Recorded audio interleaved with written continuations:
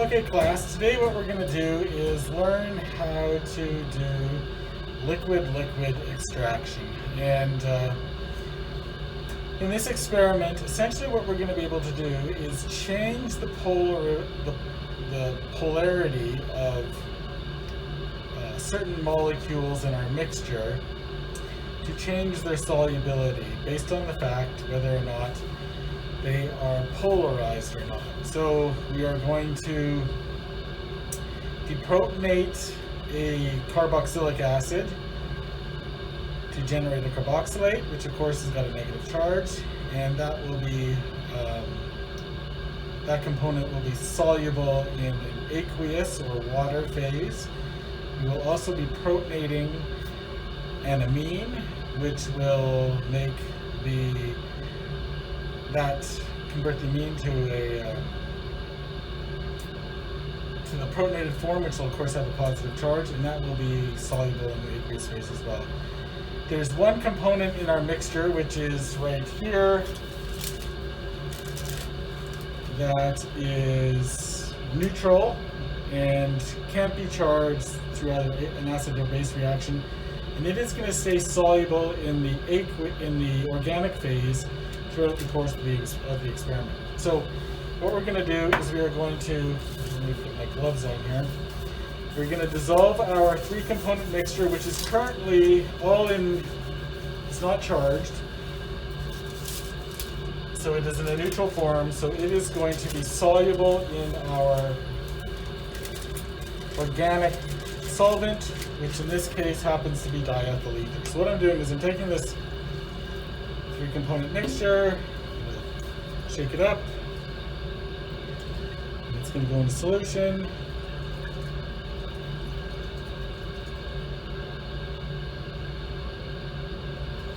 Shake it up a little bit more.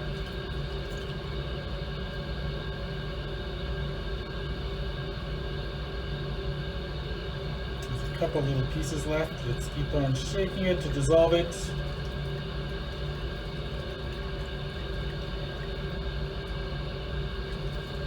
Okay, and once it's dissolved, you will notice we're going to pour it into our separatory funnel. The separatory funnel, we are going to make sure whenever the little bar is horizontal, that means that it's closed. You want to make sure that it's closed whenever you're pouring something in here, and that's what we're going to do. And so our compound is dissolved in the the organic, which is the diethyl ether layer. So the first thing we're going to do is we're going to protonate this by adding a 3 molar hydrogen HCl solution to it, which is here. Add this in. And one of the things you're going to notice immediately is now we've got 2 layers. One layer is slightly cloudy, one layer is clear. Now, which layer is your organic layer, which layer is your aqueous layer? That's a good question. The simplest way to determine this is just looking up on the density of either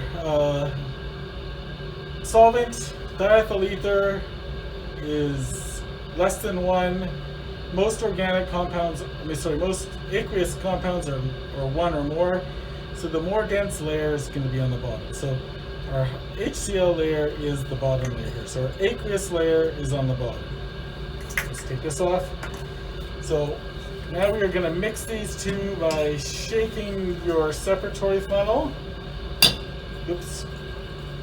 Whenever you're doing this, the thing you want to always make sure you do is vent it by opening up the end. So now this is parallel with the outlet. And that's going to vent off any gas that is formed when you're shaking your funnel. The other thing you should want to do is make sure that you're holding the funnel tightly at the bottom where the lid is. So we'll just shake this up.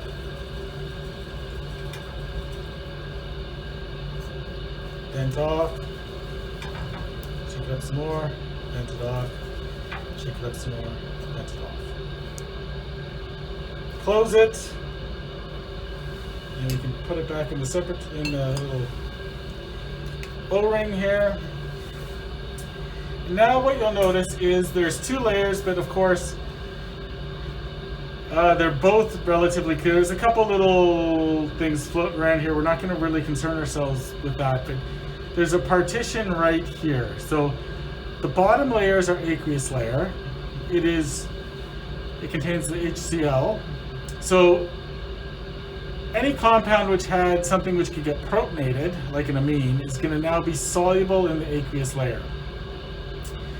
The organic layer is still going to contain our neutral compound plus any acidic compounds that we have. So carboxylic acids, of course, are not going to be protonated by acid. So they will still be in this organic layer.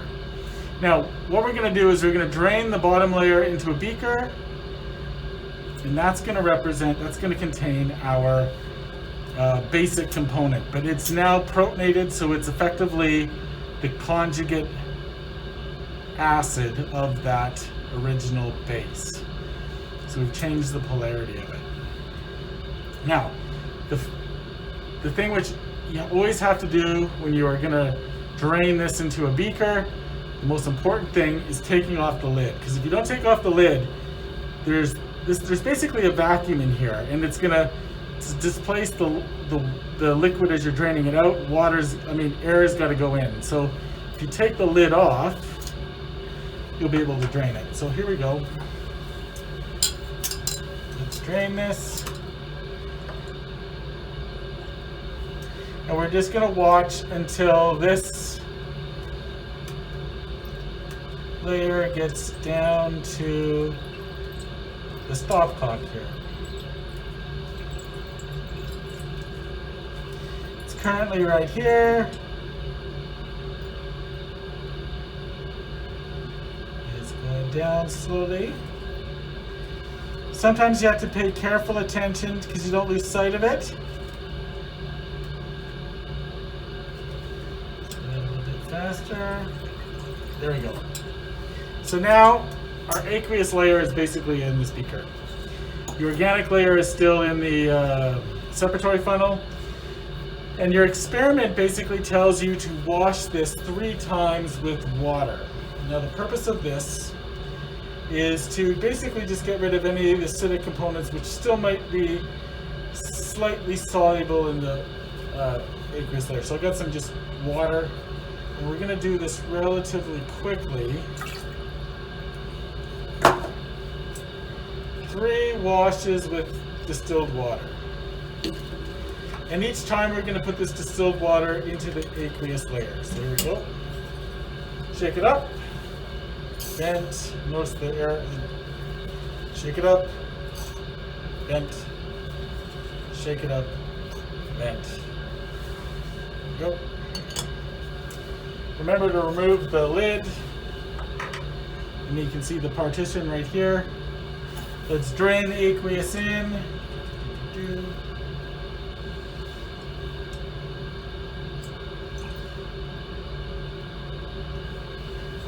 1.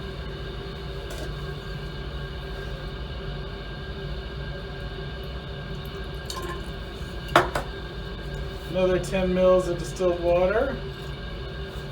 We'll do the same process. 1, 2, 3. So down. Remove the lid. You need to remove the lid. Here's the partition. Let's drain this in quickly.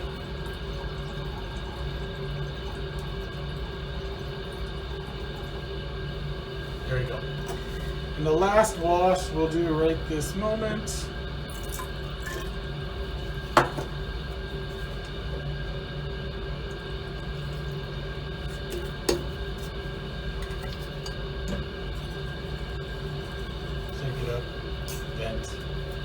Shake it up, vent, shake it up, vent.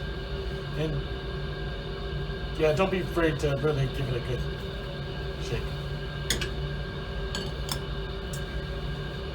It's partitioned right here. Remember, lid off. And then drain this into the aqueous layer.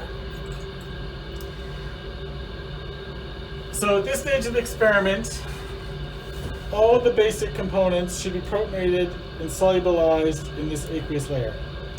We're going to leave this aside, off camera.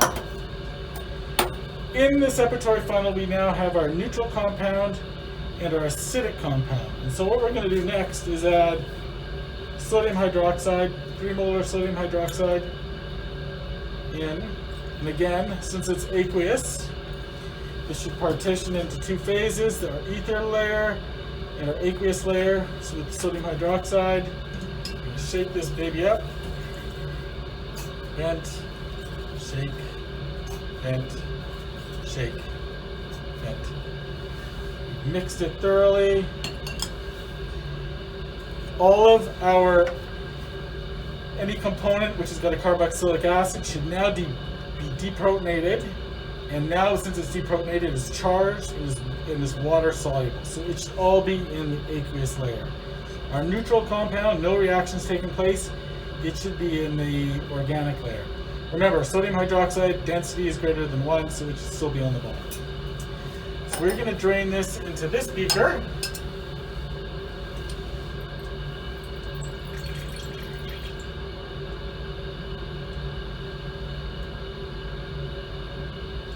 There we go, completely drained. So there's this layer is basic. We're going to do the same process of washing this with water just to get rid of, make sure that all of the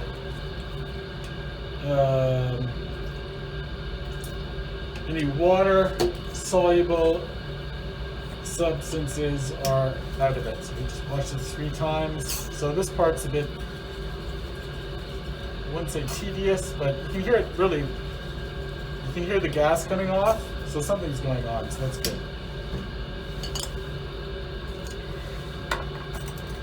And it's partitioning. Here is the layer, the boundary right here. We'll drain this out.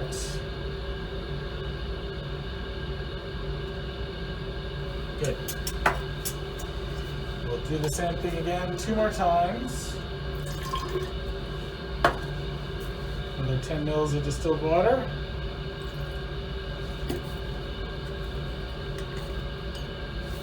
Shake it up. Vent. Shake it up. Vent. Shake it up. Vent.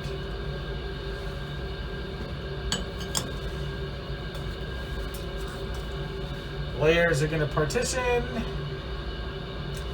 Or the aqueous layer, the water layer on the bottom. Let's drain this out.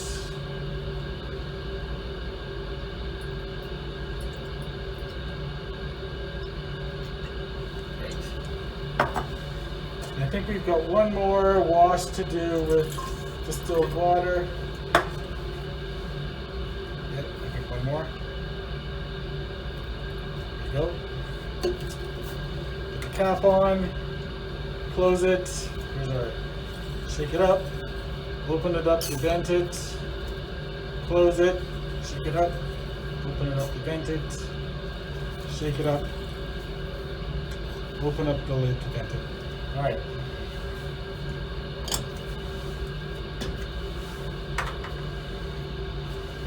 Okay, last bit. So we're going to drain our aqueous layer into the beaker.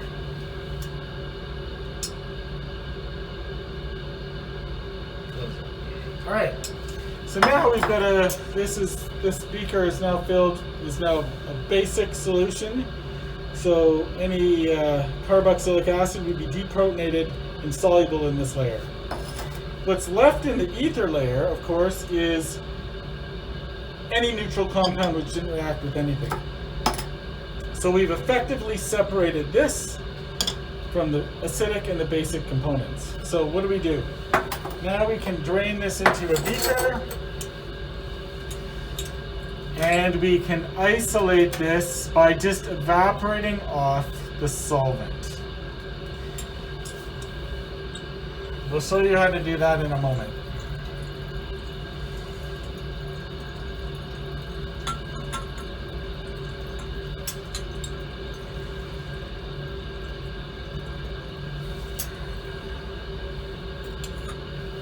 this diethyl ether layer has got our neutral compound in it.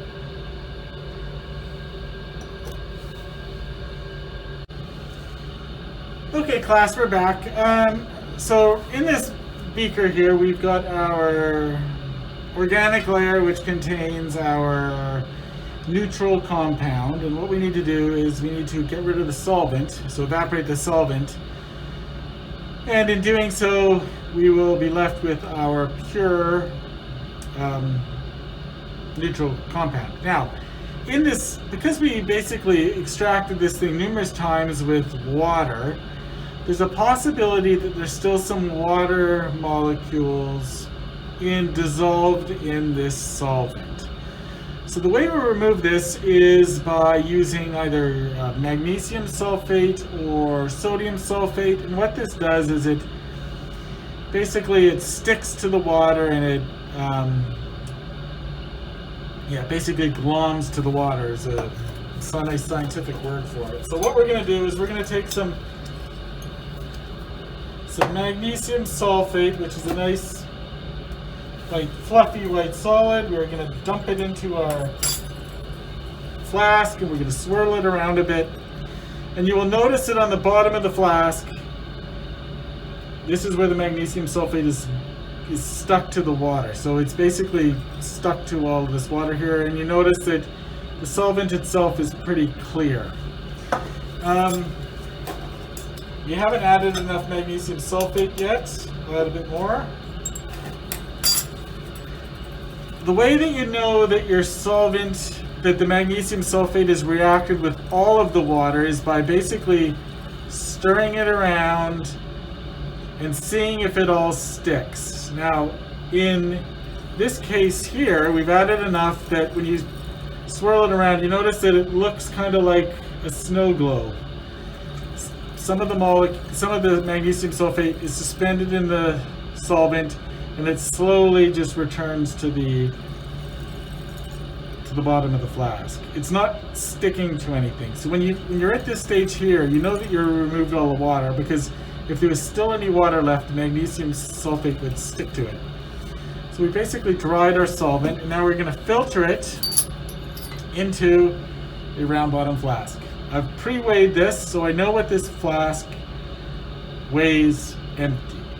That's important. So always make sure you weigh your flasks first. We've got a filter paper, or typical nicely folded filter paper, and we are just going to pour this in. And as it goes through the filter paper, all the magnesium sulfate will be left behind. And what we are left with is just pure diethyl ether and our compound. And you always want to choose a flask that has twice the volume of the liquid you are about to evaporate. So we had approximately 50 milliliters of ether, so I chose a 100 milliliter round bottom flask.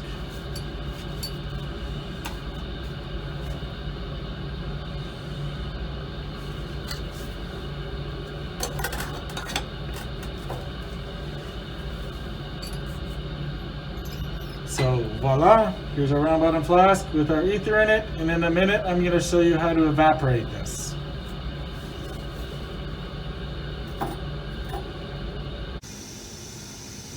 Okay class, now the time has come that we are going to evaporate the ether from our compounds dissolved in ether. We're going to evaporate it, and we are going to use this piece of equipment, which is called the roto evaporator. Essentially, it has a couple parts. This part, which looks like there's a bunch of stuff floating around in it, is just a water bath that is going to provide heat to the system. Then we've got basically a trap here which will condense the cold ether. We've got coils within the system that will be cold. We're going to be circulating cold ethylene glycol through the system, and at the end here we've got a little valve which is going to create a vacuum. So from Gen Chem, you probably remember that As the pressure goes down, the boiling point is reached at a lower temperature. So what we're doing by closing this valve is we are going to be reducing the pressure because we're creating a vacuum. So the ether in this flask will dissolve at a lower temperature. So the ether will evaporate and it'll go up here and cool down and get trapped in this trap. And what's left in our flask, which I've yet to attach, will be our compound. So, can I do this with one hand? That is the question. So, we're going to put our flask on here, and we're going to clamp it with a clamp. You can already hear, because the vacuum's going, that the sound of the system has changed a bit.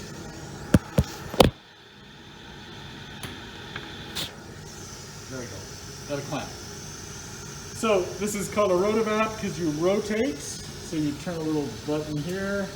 This causes the system to rotate. And then you can lower it into the water. And you can see almost instantaneously the solvent starts to evaporate. So we'll come back in a few minutes when the solvent's gone. And all you'll see in your flask is a nice white solid.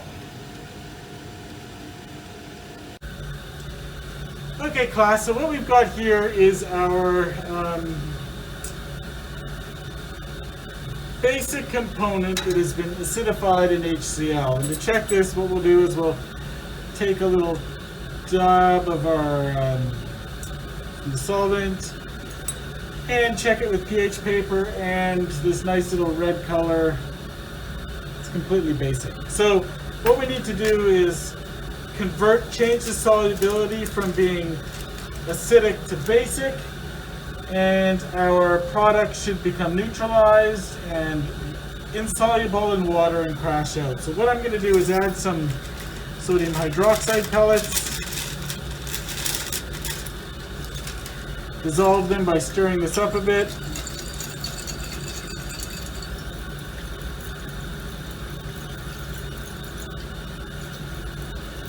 As we do this, the solubility should change.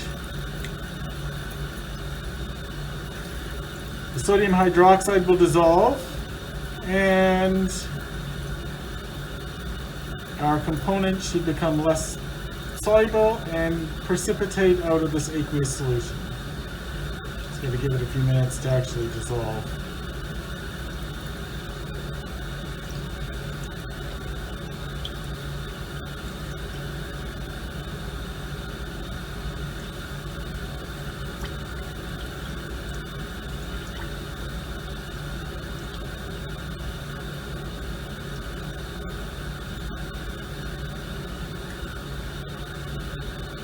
So you can see the solvent itself is, the aqueous layer is becoming more cloudy, and the pellets, the sodium hydroxide pellets, are disappearing. It's becoming more and more cloudy.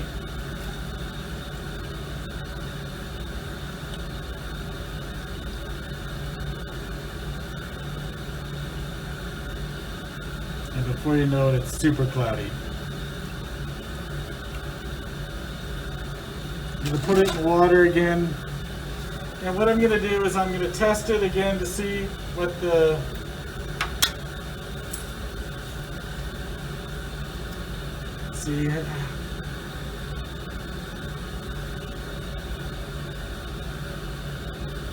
so now you can see that the solvent, it's the aqueous layer itself, is very basic, and we've basically done our job. And you can sort of see the top of this precipitate everywhere. So now the component we're looking for is now insoluble in the water, and we're going to filter this to isolate it, just with straight Buckner funnel. So we'll put this aside in the ice pack.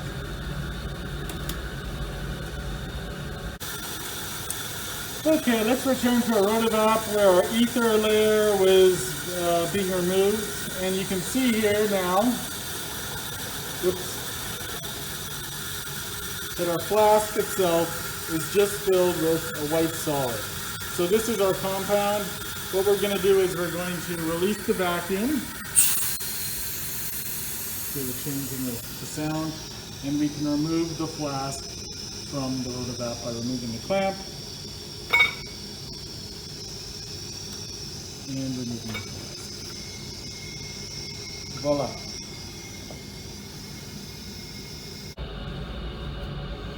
Okay, class, for the third component, we've got our carboxylic acid, which has been deprotonated and is now in a basic solution soluble in the aqueous phase.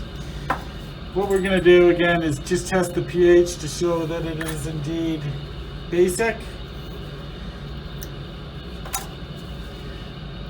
See, nice blue, basic.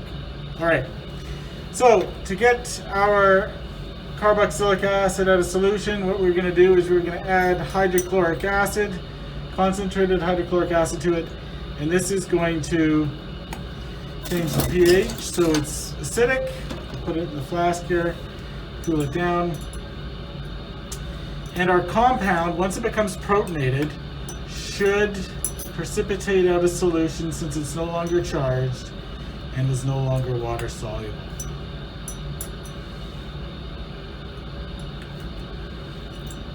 Add some HCl.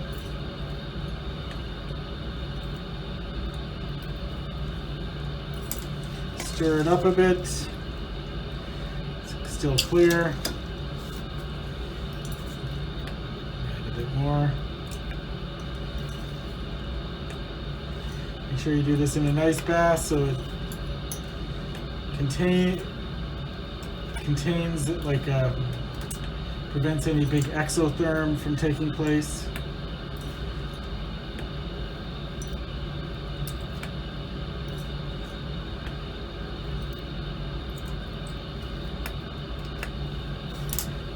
Pick it up a bit, and you see we've got a nice,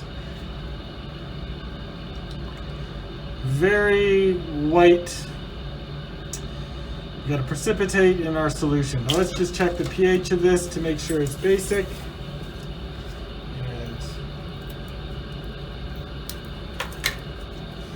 dip our pipette in the solution, and voila. Nice red, basic, acidic solution. So this is our acid component. Now the way we isolate this, because it's a suspension in an aqueous phase, is we're basically just going to use our Buchner funnel, attach it to a vacuum. We've got a filter paper inside, and just filter it, and we'll be left with the white solid. Now we've done that before in a previous video, so I'm not going to bother showing that part of the experiment, but we've got our acidic part, so we can isolate through a Buchner funnel. We've got our basic part, which has got solid dissolved in a, we'll isolate that by Buchner funnel as well. And of course we had our neutral component in the round bottom flask, which we've already torn. All right, great.